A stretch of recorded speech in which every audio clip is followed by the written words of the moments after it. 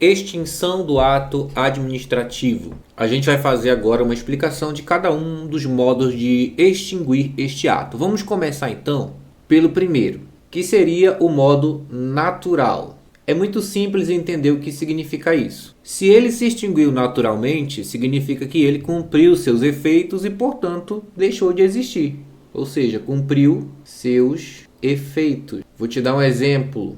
Autorização para eventos. Imagine que uma autorização é dada para alguma empresa, algum particular fazer um evento em algum local público, e a partir do momento que essa autorização é dada e esse evento é feito, naturalmente esse ato se extinguiu, porque ele não vai mais ter a sua finalidade, a sua existência. Número 2, segunda forma de se extinguir o ato. Renúncia. A renúncia é quando o beneficiário do ato abre mão.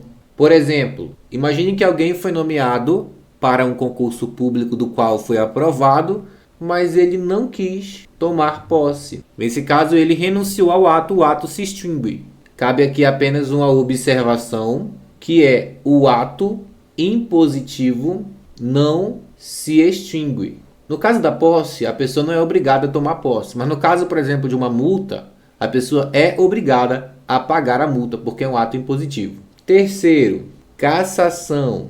A cassação ocorre quando os requisitos de validade daquele ato não existem mais. Por exemplo, imagina que uma empresa ela muda a natureza da sua atividade. Então, digamos que essa empresa fosse um restaurante e tivesse ali a sua autorização, a sua licença para praticar aquela atividade, mas agora ela não é mais restaurante, ela quer ser outra coisa, ela não tem autorização para ser essa outra coisa, então ela vai ter o seu registro cassado. Ou seja, antes ela tinha permissão porque ela é válido quando ela era restaurante, mas agora que ela não tem mais a natureza de restaurante, ela não tem mais a autorização para aquilo, né? Ela não tem, ela vai ter o seu registro cassado. 4.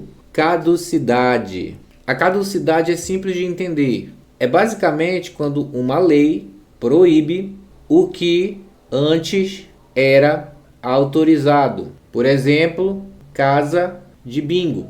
As casas de bingo no país eram autorizadas antes por um ato administrativo. Mas aí veio uma lei e essa lei proibiu as casas de bingo, ou seja, extinguiu o ato administrativo que autorizava. Vamos para o quinto. Contraposição. Contraposição. A contraposição acontece quando um ato posterior extingue ato anterior. Ou seja, o ato se contrapõe ao outro ato que existia. Por exemplo, a exoneração extingue o ato de exoneração, correto? Ele vai extinguir a nomeação. Então, se uma pessoa é nomeada e posteriormente ela é exonerada, o ato de nomeação deixa de existir porque o ato de exoneração contrapôs o ato de nomeação. 6. Anulação. O ato de anulação ocorre... Aliás, deixa eu explicar uma coisa. Tanto a anulação quanto o sétimo, que é a revogação, eles são os que mais caem em concursos. Portanto, a gente precisa de vídeos específicos destrinchando um pouco mais esses tipos de extinção. Então, por agora, apenas entenda o seguinte. Entenda que a anulação acontece por ilegalidade. Ou seja, o ato era ilegal e, portanto, foi anulado. E a explicação disso vai vir em outros vídeos específicos. Já a revogação acontece por mérito. Significa que o ato era legal, mas por algum motivo ali de conveniência e oportunidade, principalmente, diga-se de respeito, isso aqui acontece em atos discricionários, onde a administração pública pode escolher revogar aquele ato por vontade própria, por conta da conveniência e oportunidade, ela vai lá e desfaz aquele ato, né? Revoga. Então, a anulação acontece por lei. O ato era ilegal e, portanto, foi anulado. E a revogação acontece por mérito. Ou seja, o ato não era ilegal, mas por conveniência e oportunidade, a administração pública decidiu que vai revogá-lo.